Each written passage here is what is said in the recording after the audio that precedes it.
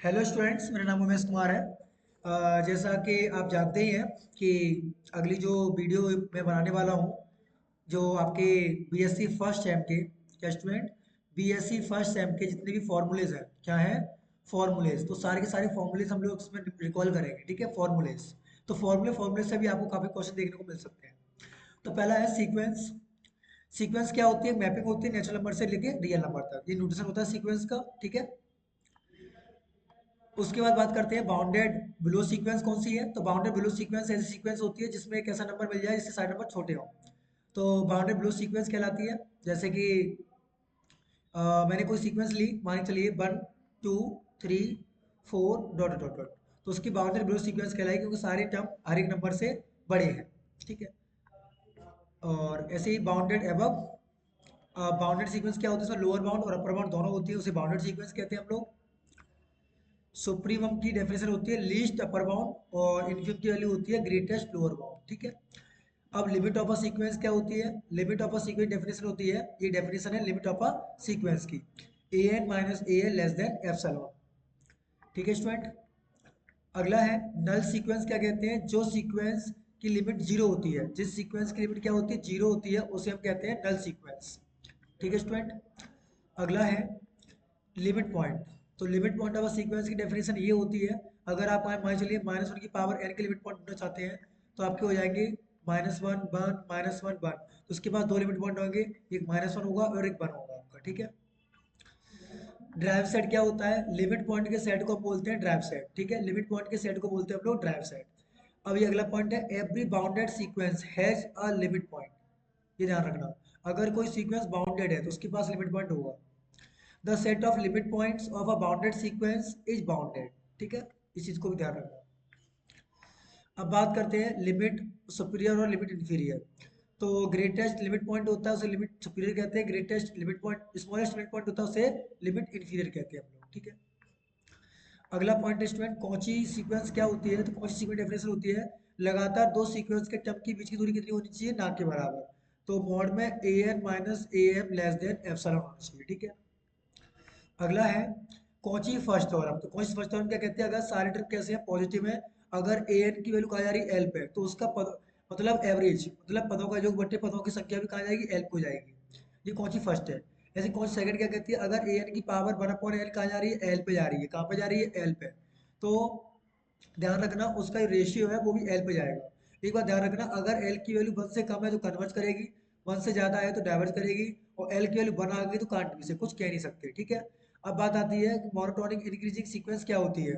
तो monotonic increasing होती है कि ए एन प्लस वन में से ए एन घटाएं, बड़ी वाली छोटा वाला घटाएं तो पॉजिटिव आए तो इंक्रीजिंग, और ये आए तो इसे बोलते हैं डिक्रीजिंग सीक्वेंस। ठीक है स्टूडेंट, अगला है कि अगर कोई सीक्वेंस है ए एन कन्वर्ज कर रही है then its limit is unique. ध्यान रखना, कन्वर्जेंट सीक्वेंस की लिमिट कैसी होती है? यूनिक होती है। ठीक है, every convergent sequence to a unique limit. ठीक है, a monotonic sequence is convergent if and only if, कब? जब वो बाउंडेड होती है। कैसी होती है? बाउंडेड। एक बात ध्यान रखना, अगर कोई सीक्वेंस मोनोटोनिक है और बाउंडेड भी है तो कैसी होगी? कन्वर्जेंट होगी। Every convergent sequence is bounded but not convergent, इस बात का ट्रू नहीं है। ठीक है,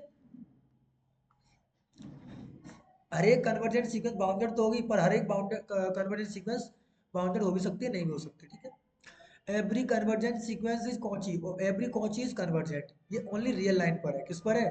रियल लाइन पर। Every Cauchy sequence is bounded, तो कॉची है तो कन्वर्ज, कन्वर्जेंट तो बाउंडेड। ये भी है, let B N sequence, A N sequence दे रखे मोनोटोनिक और bounded convergent, then B N is monotonic convergent. Every bounded sequence has a convergent sequence, सब सीक्वेंस। ठीक है, इस चीज को ध्यान रखेंगे आप लोग। अब सीरीज पे आ जाते हैं हम लोग। सीरीज जो होती है, स्टेप सीरीज होती है, इसको इंट्रोडक्शन इस तरीके से करते हैं। सीरीज के टाइप क्या होते हैं? एक फाइनाइट सीरीज होती है और एक इनफाइनाइट से फाइनाइट टर्म होते हैं, finite series, infinite term infinite series. Convergent का मीनिंग क्या होता है? अगर टर्म फाइनाइट आ जाता है तो कन्वर्ज करती है, अगर ये वैल्यू इनफाइनाइट आ जाती है तो वो डाइवर्ज करती है। ऑसिलेटरी सीरीज जो ना तो कन्वर्ज करे ना ही डाइवर्ज करे, ना इधर कन्वर्ज नॉर डाइवर्ज। ठीक है, जियोमेट्रिक सीरीज क्या होती है? ध्यान रखना, अगर आर की वैल्यू 1 से कम है तो कन्वर्ज करेगी, आर की वैल्यू 1 से ज्यादा है तो डाइवर्ज करेगी, और आर की वैल्यू 1 है तो भी डाइवर्ज करेगी। ये जियोमेट्रिक सीरीज है। ठीक है, गुणोत्तर श्रेणी। अब इसका पहला टेस्ट होता है यूएन टेस्ट। कौन सा टेस्ट होता है? UN test. यूएन टेस्ट क्या कहता है, अगर सारे टर्म पॉजिटिव है और लिमिट लेने पर वैल्यू इन्फिनिटी नहीं आ रही है तो सीरीज कैसी होती है, डाइवर्जेंट होती है, ठीक है। P series test most important, अगर पी की वैल्यू 1 से बड़ी है तो सीरीज कैसी होगी, कन्वर्जेंट होगी, अगर 1 या 1 छोटी है तो सीरीज डाइवर्जेंट होगी। उसके बाद बात आती है कंपेरिजन टेस्ट की। कंपेरिजन क्या कहता है, अगर यूएन दे रखा है, अगर आपने बीएन निकाला तो बीएन कैसे निकालते हैं, एन की power higher power of denominator minus higher power of numerator. अगर ये कन्वर्जेंट है तो ये कन्वर्जेंट होगा, अगर ये डाइवर्जेंट है तो ये भी डाइवर्जेंट होगा, ठीक है। कौन सी रूट टेस्ट क्या कहता है, अगर इसकी पावर 1/l के सॉल्व किया तो एल के वैल्यू 1 से कम होगा तो कन्वर्स करेगा, 1 से ज़्यादा होगा तो डाइवर्स करेगा, एल के वैल्यू 1 होगी तो वो टेस्ट फेल हो जाएगा, ठीक है स्टूडेंट। अगला है d'Alembert test. Summation u n is a series of positive terms. अगर यूएन प्लस 1 अपॉन यूएन की वैल्यू क्या आ रही है, एल आ रही है, क्या आ रही है, एल, तो एल की वैल्यू 1 से कम है तो कन्वर्जेंट और 1 से ज़्यादा है तो डाइवर्जेंट। अगर उल्टा करें तो उल्टा कर देंगे आप भी, 1 से कम पे डाइवर्स और 1 से ज़्यादा पे कन्वर्ज, क्योंकि इसका रेशियो उल्टा हो गया, ठीक है। डी-एलेम्बर्ट को वो हम लोग रेशियो टेस्ट भी कहते हैं, ठीक है, ध्यान रखना। अगला टेस्ट है रावी टेस्ट। रावी टेस्ट क्या कहता है, अगर N U N plus 1 upon minus 1 की एल आ रही हो, एल की वैल्यू 1 से कम है तो कन्वर्जेंट, 1 से ज़्यादा है तो डाइवर्जेंट, और 1 पे टेस्ट फेल हो जाता है। ये लॉगरिथमिक टेस्ट है। अगर U N plus 1 upon U N की वैल्यू एल आती है तो, नहीं, लॉग लॉग होना चाहिए यहाँ पर, तो ये एल की वैल्यू 1 से बड़ी है तो डाइवर्जेंट, 1 छोटी है तो कन्वर्जेंट। अल्टरनेटिव सीरीज के लिए बहुत इंपॉर्टेंट टेस्ट है लेबनिज टेस्ट। कौन test, Leibniz theorem. Leibniz theorem भी कहेंगे, लेबनिज टेस्ट कह सकते हैं इसको हम लोग, कि अगर इस टाइम को सीरीज है सारे टाइम प्लस माइनस हो रहे हैं और एंड टाइम कितना आ रहा है, जीरो आ रहा है, तो उसे बोलते हैं हम लोग वो कन्वर्जेंट होगी। तो हमेशा अल्टरनेटिव सीरीज ऑलवेज कन्वर्जेंट निकल के आती है। एब्सोल्यूट क्या होता है, अगर सीरीज दे रखी है उसका अगर मोड कन्वर्जेंट है तो ध्यान रखना वो एब्सोल्यूट कन्वर्जेंट है, अगर मोड डाइवर्जेंट है तो वो कंडीशनली कन्वर्जेंट कहलाती है या फिर एब्सोल्यूट कन्वर्जेंट कंडीशनली कन्वर्जेंट कहलाती है, ठीक है। अगला है रिजल्ट है कि अगर फैक्टोरियल एन की पावर 1/n दे रखा है तो उसके लिए क्या होती है, के की पावर के होती है। लिमिट में क्या होता है कि लेफ्ट हैंड लिमिट की डेफिनेशन होती है, राइट हैंड लिमिट की डेफिनेशन है आपकी स्टूडेंट। अगर लेफ्ट राइट बराबर है और पॉइंट वैल्यू बराबर है तो फंक्शन कैसा होता है, कंटिन्यूअस। जैसे कह सकते हैं लिमिट एक्स टेंडिंग टू ए बराबर एफ ऑफ एक्स बराबर एफ ऑफ ए आ जाती है, तब भी कैसा होता है, कंटिन्यूअस होता है। एवरी पॉलिनोमियल साइन एक्स चाहे कॉस एक्स हो, एक्सपोनेंशियल फंक्शन हो, ये हमेशा कैसे होते हैं, कंटिन्यूअस होते हैं। यूनिफॉर्म कंटिन्यूटी क्या होती है, suppose F is a continuous on this में, तो इसका डेटा कैसा आ जाना चाहिए आपके पास, ये x minus less than delta, ये, तो ये डेफिनेशन होती है इसकी, ठीक है। एक बार ध्यान रखना, ये वैल्यू जो होती है हमेशा 1 निकल के आती है। ये लेफ्ट हैंड डेरिवेटिव है, ये राइट हैंड डेरिवेटिव है आपका, ठीक है, डेफिनेशन है ये, इसको याद रखेंगे आप लोग। फंक्शन कब डिफरेंशियल होता है, जब एल एफ डैश और आर एफ डैश बराबर होती है, इसे ध्यान रखना। रोल्स थ्योरम क्या कहती है, अगर फंक्शन कंटिन्यूअस है डिफरेंशिएबल है तो एफ ए बराबर एफ बी आ रहा है तब उनके बीच में ऐसा सी होगा जहां पर एफ डैश सी क्या हो रहा होगा, जीरो हो रहा होगा। ये लैग्रेंज मीन वैल्यू थ्योरम में क्या कहती है, एफ एक्स अगर कंटिन्यूअस है ये है तो ये होती है एफ डैश सी बराबर f b minus f a upon b minus a. अगर एफ एक्स और जी एक्स कंटिन्यूअस है, कौची मीन वैल्यू थ्योरम कहती है, और ये है तो f b minus f a upon g b minus g a बराबर f dash c upon g dash c. अब बात आती है डरबॉक्स थ्योरम की, क्या कहती है, इफ अगर एफ डिफरेंशिएबल है ए बी में, F dash A F dash B have opposite sign, then there is at least one point, कौन सा, एफ डैश सी, जहाँ पर जीरो हो रहा होगा। एक भी बात रिजल्ट याद रखना कि अगर ये रिजल्ट है चाहे ये रिजल्ट है, एन के लिए बने 1 से बड़ी है तो वो कंटिन्यूअस होगा और जीरो देगा, और ये है तो डिफरेंशिएबल होगा, ठीक है। अगली वैल्यू है इंडिटरमिनेट फॉर्म। तो इंडिटरमिनेट फॉर्म क्या होती है, सब जानते हैं, 0.0 इस टाइप की बनती है तो उसे इंडिटरमिनेट फॉर्म कहते हैं, ठीक है। सक्सेसिव डिफरेंस फॉर्मूले याद रखने, तो फॉर्मूले याद रखते हैं, या फिर मैं आपको डायरेक्ट तरीका बताया है, ये माइनस एम होना चाहिए यहाँ पर, यानी कि ए 1/ax प्लस बी की पावर ए का डेरिवेटिव होता है ये आप, ठीक है। अगला है ये फॉर्मूला, आप इनको याद रख सकते हैं, ठीक है। ये सारे फॉर्मूले मैंने लिखा रखे हैं इसका आपके लिए, इनको आप याद कर लें आराम से, ठीक है। ये फॉर्मूले हैं आपके लिए मैंने लिख रखे हैं। लेबनिज, वेरी गुड, ये आएगा पेपर में। लेबनिज जो थ्योरम होती है प्रोडक्ट ऑफ टू फंक्शन के लिए यूज की जाती है, ठीक है। ये लेबनिज का फॉर्मूला है। मैक्लेरियन थ्योरम का रेट पूछा जा सकता है आपसे। मैक्लेरियन थ्योरम ये होती है, टेलर सीरीज दो प्रकार से होती है, एक ये तरीका होता है, अब जब वो कहता है एक्सपेंशन इस फॉर्म में पूछा है तो आपको इस तरीके से पूछेगा, ठीक है। अब बात आती है इम्प्रॉपर इंटीग्रल की। तो इम्प्रॉपर इंटीग्रल दो टाइप के होते हैं। फर्स्ट काइंड में क्या होता है, इसमें लिमिट इनफाइनाइट होती है, उसे फर्स्ट काइंड कहते हैं। सेकंड काइंड का क्या होता है कि जिसमें लिमिट तो फाइनाइट होती है पर अपर लिमिट या लोअर लिमिट में अनडिफाइंड होता है, तो सेकंड काइंड कहते हैं। थर्ड काइंड का केवल ये गामा डेफिनेशन है, इसे थर्ड काइंड कहते हैं, ठीक है। अब बात करते हैं फर्स्ट काइंड में म्यू टेस्ट क्या कहता है। अगर म्यू की वैल्यू 1 या 1 से कम आती है तो डाइवर्जेंट, और 1 से ज़्यादा आती है तो कन्वर्जेंट।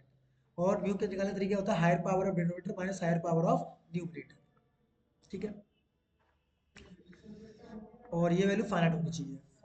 और कंपेरेटिव टेस्ट क्या कहता है, अगर ऐसे लिखा हुआ है तो एन की वैल्यू 1 से बड़ी है तो कन्वर्जेंट, और 1 या 1 से छोटी है तो डाइवर्जेंट होगा, ठीक है। कंपेरियन टेस्ट भी है, अगर एफ एक्स वाला जी एक्स ढूंढ लेते हैं, अगर ये कन्वर्जेंट है तो ये भी कन्वर्जेंट होगा, उससे बड़ा ढूंढ पाए तो डाइवर्जेंट का डाइवर्जेंट होगा, ठीक है। ये एबल टेस्ट है आपका, अगर ये कन्वर्जेंट जब होगा, पहली बात तो ये कि ये कन्वर्जेंट होना चाहिए एफ एक्स, और आपका जी एक्स कैसा होना चाहिए, मोनोटोन। मोनोटोन दिखाने का मतलब होता है डेरिवेटिव या तो बड़ा है या तो एन से छोटा है, और जी एक्स कैसा होना चाहिए, बाउंड है, ठीक है।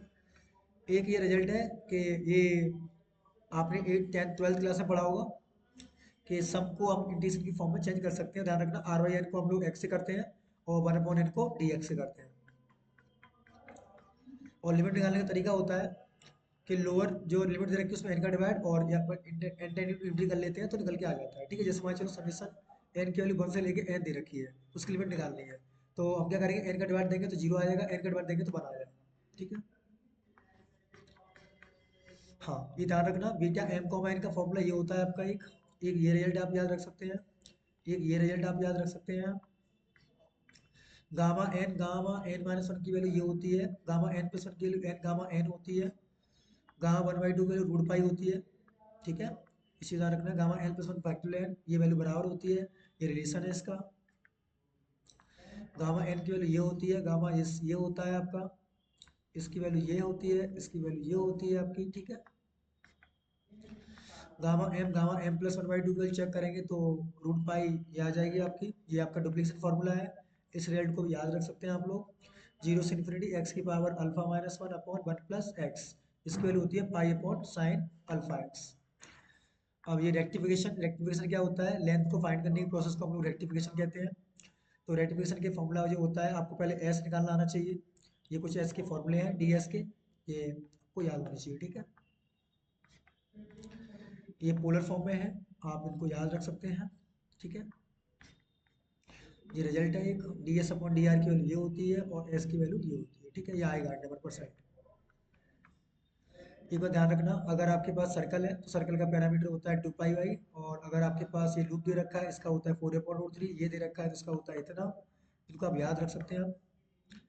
और ये आपका कार्डियोड है तो कार्डियोड की होती है, सॉरी एस्ट्रोड है तो एस्ट्रोड की लेंथ होती है 6 से, और कार्डियोड का पैरामीटर होता है 8 है। ये इंपॉर्टेंट रिजल्ट है, इनको आप याद रख सकते हैं। टेंजेंट नॉर्मल में सबको पता है टेंजेंट की लाइन ये होती है, नॉर्मल अगर पूछता है तो ये कंडीशन चेक करते हैं, पैरेलल में ये होता है और ये होता है, ठीक है। नॉर्मल कंडीशन ये होती है, लेंथ ऑफ टेंजेंट पूछे तो ये फॉर्मूला होता है, लेंथ ऑफ नॉर्मल पूछे तो ये फॉर्मूला, बाई वन का मतलब है यहाँ पे D Y over D X. Subnormal की वेलोसिटी ये होती है, सब टेंजेंट ये होता है आपका, ठीक है। Length of the perpendicular from of the origin tangent, तो ये रिजल्ट आपको याद रखना है इसका। तो length of perpendicular from origin, तो ये आपका आंसर है इसका। Length of coordinate tan phi बराबर r d theta upon d r होता है, और जो इंटीरियर एंगल होता है इसका सब बराबर होता है, ध्यान रखना। P equal to R sine five पूछा जा सकता है। एक ये रिजल्ट पोलर फॉर्म में रिजल्ट है, पोलर टेंजेंट का, पोलर नॉर्मल का, पोलर सब टेंजेंट का, पोलर, इनको आप लिख लें, 2 3 बार पढ़ लें, ठीक है। और एंगल बिटवीन टू कर्व निकालना हो तो ये, अगर परपेंडिकुलर है तो ये, और पैरेलल है तो ये कंडीशन होगी, ठीक है। पीडल फॉर्म अगर कार्डियोड की पूछता है, एंगल निकल के आता है कार्डियोड का थीटा/2, और पीडल फॉर्म होती है ये, ठीक है।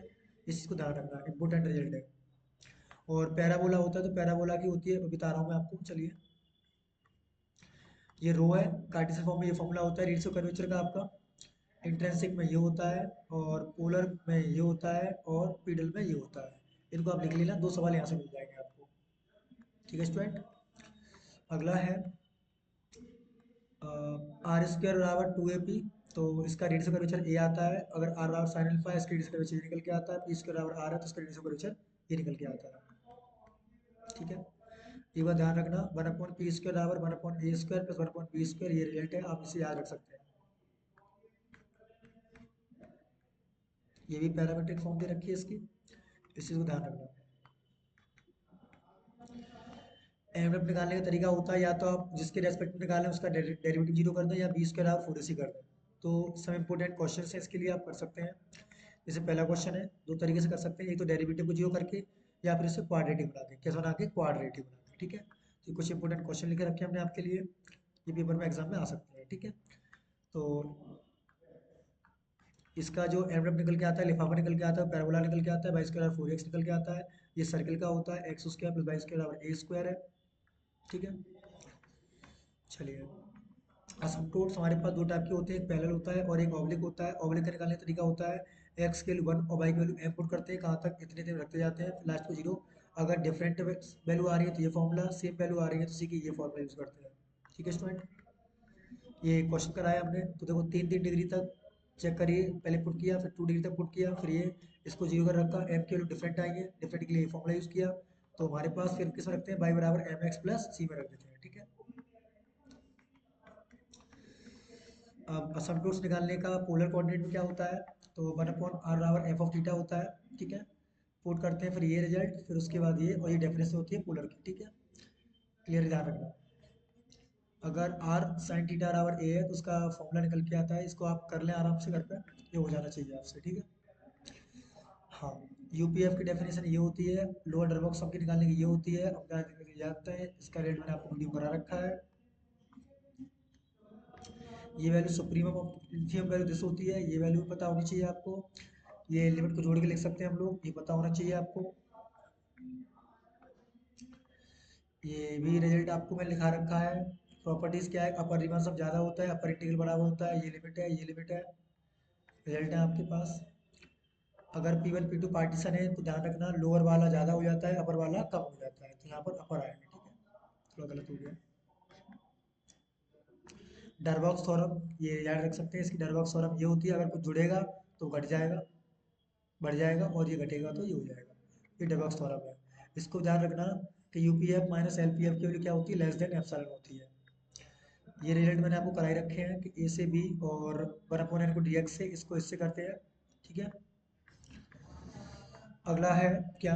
सम इम्पोर्टेंट बेसिक प्रॉपर्टीज है। एफ एक्स अगर बाउंडेड है तो इन इंटरवल में ध्यान रखना, वो कंटिन्यूस होगा तो आर ए भी होगा, बाउंड होने के तो आर ए भी होगा, function bounded with finite point discrete तो भी आर ए भी होगा, मतलब रीमान इंटीग्रेबल होगा, ठीक है।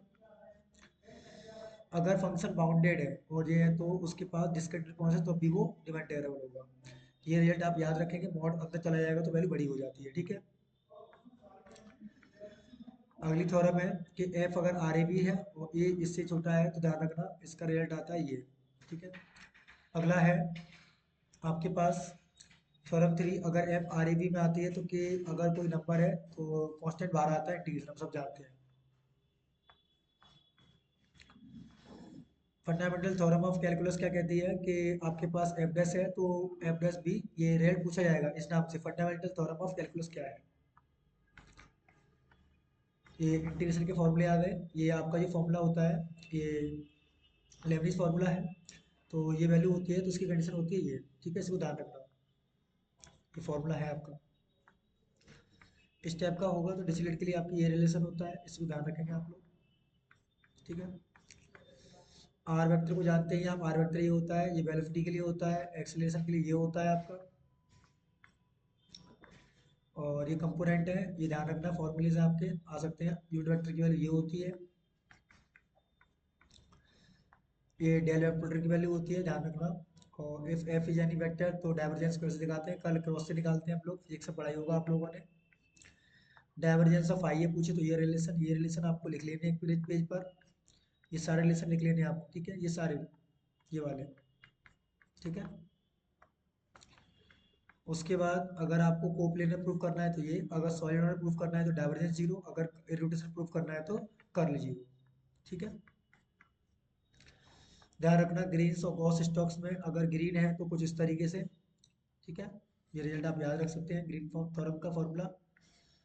और ग्रीन थ्योरम ध्यान रखना हमेशा सरफेस एरिया को लाइन में कन्वर्ट करती है, वो भी 2 डायमेंशन में, ठीक है। ये भी एक रिजल्ट है इसका, ये भी चेक कर सकते हैं। गॉस डाइवर्जेंस क्या करती है, सरफेस को वॉल्यूम में चेंज करती है with the help of divergence, ठीक है, और ये भी 3D में यूज करते हैं। और स्टोक्स थ्योरम क्या करती है, सरफेस इंटीग्रेशन को लाइन में करती है जब भी वो 3D में होगा, ठीक है। और ये भी रिजल्ट है। तो उम्मीद है कि आपको ये फॉर्मूले पसंद आएंगे और इससे क्वेश्चन पेपर में बनेंगे, ठीक है। Thank you.